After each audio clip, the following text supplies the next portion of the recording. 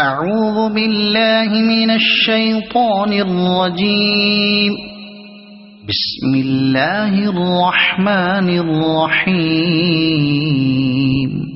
شروع اللہ کے نام سے جو بڑا مہربان اور نہایت رحم کرنے والا ہے۔ In the name of Allah, infinitely gracious, the most merciful. أَلَمْ تَرَ كَيْفَ فَعَلَ رَبُّكَ بِأَصْحَابِ الْفِيلِ؟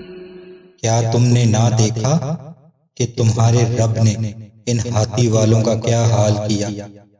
Did you not see what your Lord did to the people of the elephant? أَلَمْ يَجْعَلْ كَيْدَهُمْ فِي تَضْلِيلٍ؟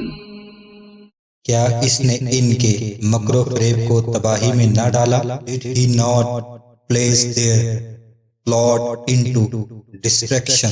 وَأَرْسَلَ عَلَيْهِمْ طَيْرًا أَبَابِيلَ؟ اور ان پر فوج در فوج پرندے بھیجے. And he unleashed upon them swarm of birds. تَرْمِيهِمْ بِحِجَارَةٍ مِّن سِجِّيلٍ؟ جو انہیں کنکر کے پتھروں سے مارتے تھے. Which flattered them with pebbles of big clay. فَجَعَلَهُمْ كَعَصْفٍ مَّأْكُولٍ؟